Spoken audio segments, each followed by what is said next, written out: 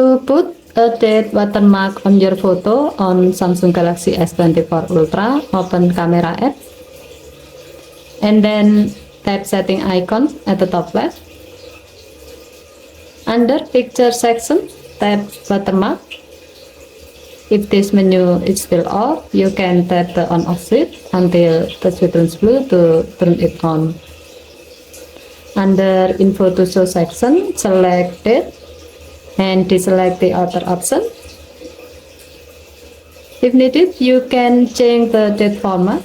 To do so, tap the date at the right side and then select the desired date format.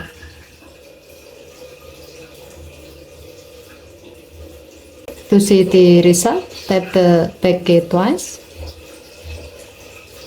Take a picture and then tap the picture thumbnail to view it on the gallery app.